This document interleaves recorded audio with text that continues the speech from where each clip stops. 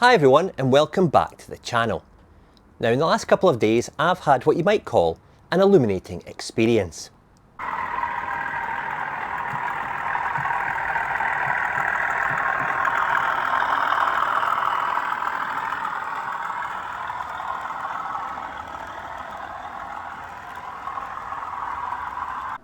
Here at Dean Park I've used numerous types of interior lighting for my rolling stock. First off, we've got the power on, light on option in these Mark 1s, and when power is supplied to the track, the lights are on continuously, and these coaches are fitted with a stay alive to avoid any flicker. Next up, I've got the Hornby mag light system. As it suggests, it's operated by a magnet, and these are retrofitted to these Mark 3 coaches. Next up, we've got the Curascale option, which has got a stay alive system on board as well, to avoid any unwanted flicker from dirty or dead pieces of track, and these lights are also operated by a magnetic wand. And last up, we've got the Rolls-Royce option from the Bachmann Mark IIF range, and these have got onboard decoders fitted, which allows you great control over the lighting options that you can use at any one time. Up until now, probably due to its newness of scale in the market, we've been very limited with the options for adding interior lighting to our TT120 coaches, and this is the focus of today's video. For this task, you're going to need some basic equipment. I've got a knife, small screwdriver, small pair of pliers. I've got some microbox drill bits there for my pin vise. You'll need a 2mm drill bit for this task. I've got a file, and I've also got the lighting strip along with the coach. There's also a step-by-step instruction manual supplied, and I'll be following that closely as I go through the installation of the lighting bar. Right, first things first, getting the body off this coach. It's held in place by 6 clips, 3 along each side. It's a case of just prising those apart and releasing the underframe and the interior of the coach, like so. Just prising the body off. And this seating area is held in place by a small screw in the middle and very light amounts of glue at each end. I said a very light amount of glue, but on this one it appears that there's no glue at all. The other coach that I was working on had a very light covering just to hold the end of the seating compartment in place. Not to worry, I found to do the next stage it was easier to undo that screw and remove the red seating area from the underframe. The good thing about these lighting strips is that the light will appear in the middle of each window. This particular one is for the first open. It's only got 7 lights because there's only 7 windows.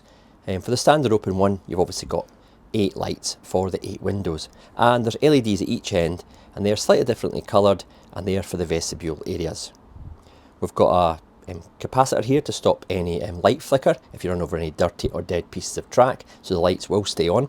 And then you've got 2 thin wires there which will connect to the spring pickups on the axles underneath the coach. In order to get the lighting bar to sit flat within the coach, as per the instructions, you've got to kind of file away a small recess here at the vestibule ends on the outer wall and the inner, as you could see there. I've just filed that away. I took most of it out with a Stanley blade, and then just got a kind of flat file on the edge. And just as you can see there, the kind of red plastic on the file teeth there, just to smooth it off.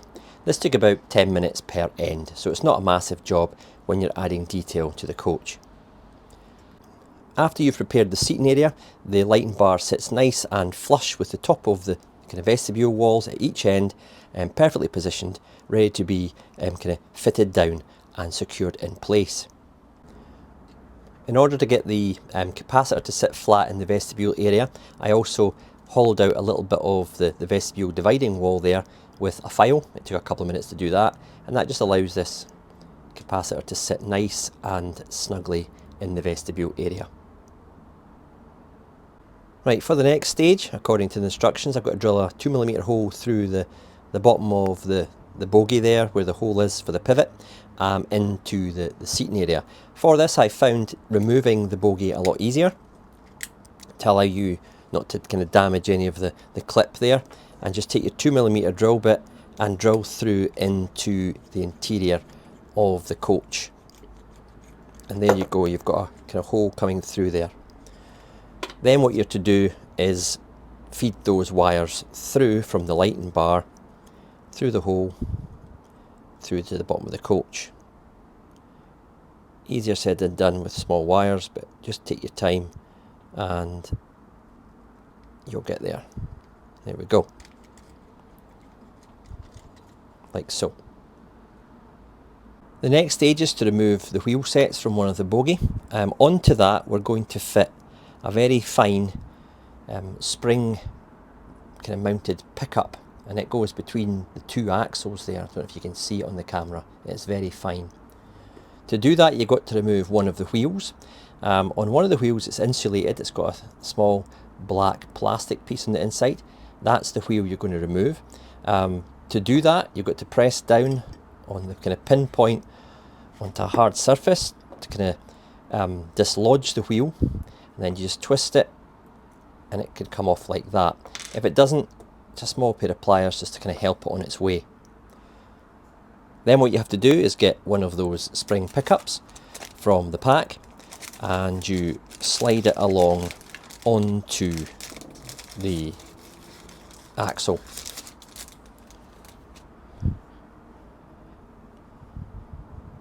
And what it says in the instructions is to make sure the one that you are, the insulated one, is at the opposite end from the actual pickup, which is this thin wire here. So put the,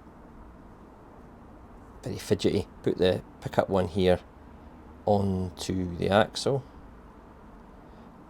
This is when you need your glasses. There we go. Like so. Then all you do is you put your wheel back on, press it into position, and then you'll need a back-to-back gauge to make sure that the wheel is sitting the same distance apart as the other ones, so that it sits on the track and rotates properly and doesn't kind of result in a kind of wobbly running of the coach. Okay, what I've done here is I've put the bogie back in, the wheel sets are now in position, and you can probably see there the two thin copper wires coming from the axles, and they're at opposite sides of the bogie. Obviously you don't want them on the same side, you want to complete the circuit from the pickups from the track, so one's going to be in essence a negative and one a positive. And these two small grey wires there, one will be soldered to one and the other to the other side. I'll then pull the excess wire through into the compartment area and then put the body of the coach back on. Now the next stage is going to be very difficult to film on camera because it's so small, but what I've done here is I've tinned these two grey wires, and basically what that means is I've put a little bit of flux on the end of the wire and then touched on some solder, and it's coated the ends of the wires. I'll then solder one to the kind of copper pickup there and the other to the other side. That's me now soldered the two grey wires onto either of the pickups. You could probably see the two grey wires feeding through the bottom where the pivot for the bogie is, and I've just pulled the excess through into the seating compartment area. You won't see that when the coach body is on. Alternatively, you can snip a little bit off the end of the cable before soldering. It really is up to you. Depends how confident you are with your soldering. I'm now going to pop the body back on, and I'll put that on the kind of test track to see if it's operating. I mentioned a back-to-back gauge, and before I put the wheels on I just made sure that the wheels were adequately spaced so this back-to-back gauge fits into the axle area before fitting the wheels back onto the bogie. I'm happy with that now. I've given it a quick kind of running test with the fingers there to make sure it's freely rotating, and that'll obviously prevent any drag when I put it back onto the track. I should say that before you put the body back on, it's always wise to check that your electrical work has actually been successful. You can see I've still got the two bits of yellow masking tape there. They'll stay in position until I'm happy with the operation, and then I'll go back and I'll glue or I'll black tack the lighting bar into position. So I'm going to pop the lights off and I'm going to show you hopefully a successfully lit coach.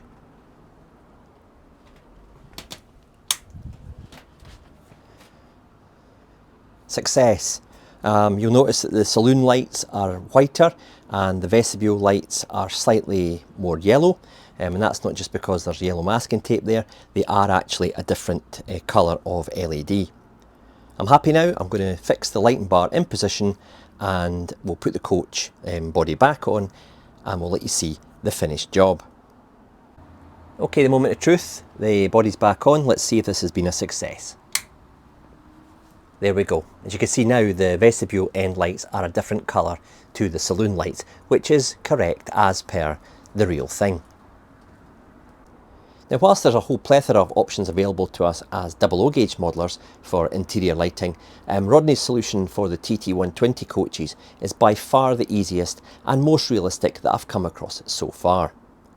The link to Rodney's eBay shop is in the description below, and for 28 days after the publication of this video, you can also get an additional 10% on all purchases using the discount code on the screen now. Well, I hope you enjoyed watching me stick some interior lighting into my TT120 coaches. Try it for yourself, and whilst you've got the body off, why not stick in some TT120 passengers as well, just to finish off the look. Well, unfortunately, that's all I've got for you in this video. However, if you're sitting there as a 00 gauge modeller and you want to add some interior lighting to your rolling stock, I did a video last year on fitting the Hornby mag light system to these Mark III coaches, so I'll put the link to that at the end of this video. In the meantime, thanks for watching, stay cool, and I'll see you in the next video.